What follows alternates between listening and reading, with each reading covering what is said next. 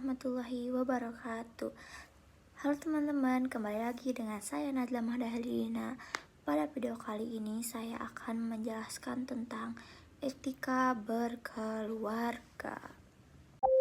Nah, keluarga merupakan unit terkecil dalam masyarakat. Nah, keharmonisan keluarga berpengaruh pada kehidupan sosial kita. Perbedaan karakter dapat memicu konflik. Misal ketika kita terdapat perbedaan karakter dalam keluarga, pasti ada pemicuan konflik.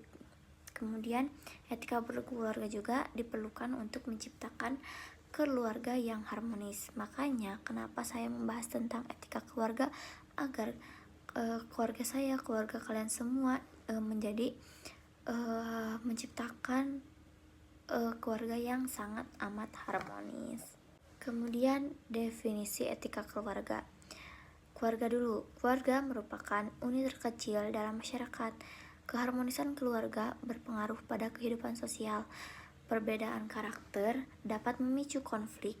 Etika berkeluarga diperlukan untuk menciptakan keluarga yang harmonis. Sedangkan etika berkeluarga adalah norma dan nilai dalam kehidupan berkeluarga, mengatur hubungan antar anggota keluarga yang bertujuan menciptakan keharmonisan dan saling menghormati satu sama lain, yang menjadi dasar terciptanya keluarga yang sangat amat bahagia. Kemudian terdapat tujuan etika keluarga. Yang pertama, menciptakan hubungan yang harmonis, seperti saya tadi yang saya tadi katakan.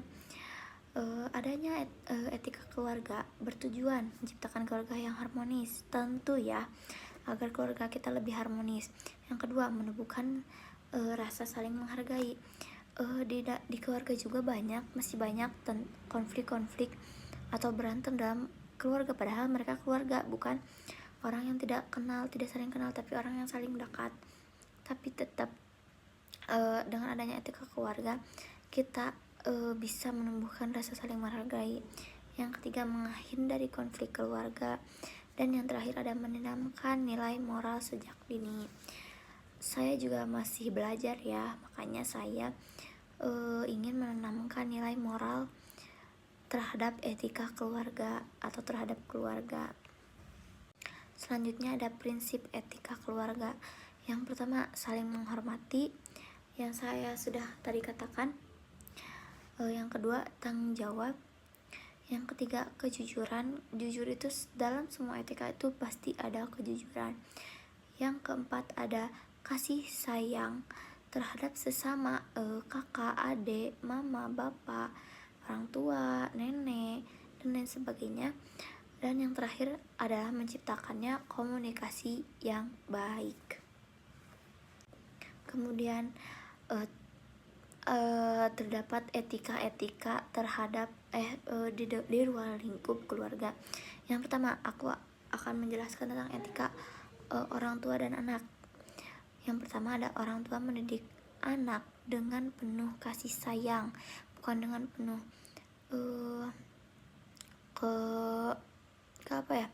keterpaksaan, kesalahan dan lain sebagainya. Yang kedua, anak menghormati dan menaati orang tua. Ketika orang tua memberikan kasih sayang, anak juga harus menghormati dan menaati kata perintah orang tua. Yang ketiga ada saling terbuka dan saling memahami. Pasti keluarga juga berbeda pendapat ya, tapi kita harus saling terbuka dan saling memahami satu sama lain agar terciptanya keluarga yang harmonis tadi. Dan yang terakhir ada memberikan teladan yang baik. Seperti itu. Selanjutnya terdapat etika suami dan istri. Yang pertama, saling menghormati dan menghargai. Jadi kita tuh harus menghormati suami kita, menghargai suami kita. Kita tidak boleh tiba-tiba melakukan sesuatu, tapi harus izin terlebih dahulu kepada suami. Yang kedua, kerjasama dalam rumah tangga.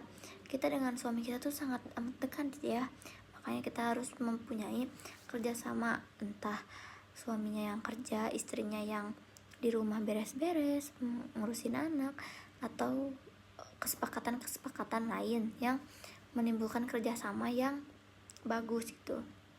Selanjutnya ada komunikasi yang jujur dan terbuka.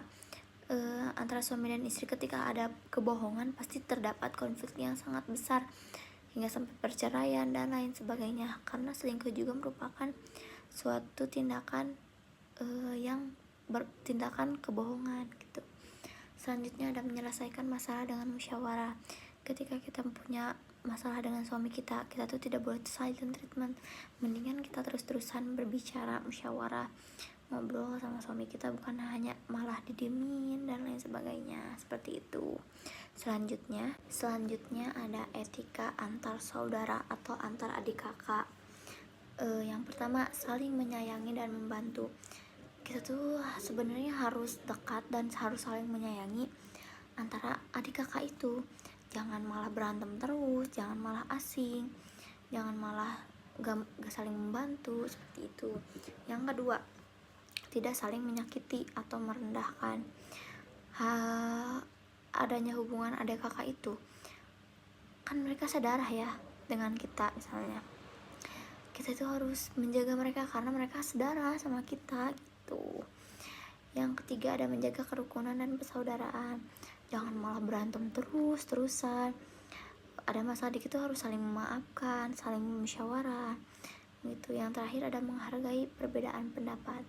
Meskipun kita satu darah, pasti pendapat itu berbeda, begitu. Selanjutnya ada dampak menerapkan etika keluarga. Ternyata dengan kita menerapkan etika keluarga terdapat dampaknya. Yang pertama, terwujudnya keluarga harmonis. Kita pasti ya pengen mempunyai keluarga yang sangat amat harmonis, nyaman, mempunyai keluarga yang bisa dijadikan tempat pulang. Yang kedua, lingkungan rumahnya yang nyaman. Kita semua pengennya yang kayak gini, harmonis, nyaman, dan sebagainya. Yang ketiga, anak tumbuh dengan karakter positif.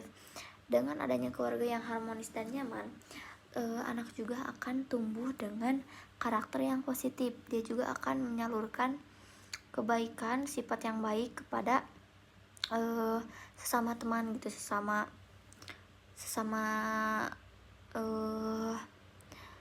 manusia gitu. Dan yang terakhir ada mengurangi konflik dalam keluarga. Dengan kita mempunyai etika, dengan menerapkan etika, itu akan mengurangi konflik dalam keluarga, karena kita berpikir kita ingin harmonis, kita ingin keluarga kita nyaman, makanya kita beretika gitu. Selanjutnya ada dampak tidak menerapkan etika keluarga. Nah, ini terdapat dampak-dampak buruk dari tidak menerapkan. Yang pertama, sering terjadi konflik ke keluarga. Tadi ya kebalikan, di sana mah berkurangnya konflik, di sini sering terjadi konflik. Yang kedua, kurangnya rasa saling menghormati. Yang tadinya kita bisa terus menghormati, jika tidak menerapkan akan kurangnya rasa saling menghormati. Yang ketiga, hubungan keluarga menjadi renggang. Tadinya nyaman, harmonis, ini jadi renggang gitu. Yang terakhir ada berdampak buruk pada perkembangan anak. Yang tadinya berdampak positif, ini jadi berdampak buruk atau negatif, seperti itu. Selanjutnya cukup sekian aja ya. Cukup sekian video presentasi dari saya. Maaf apabila ada kesalahan atau kekurangan dalam menjelaskan. Wassalamualaikum warahmatullahi wabarakatuh.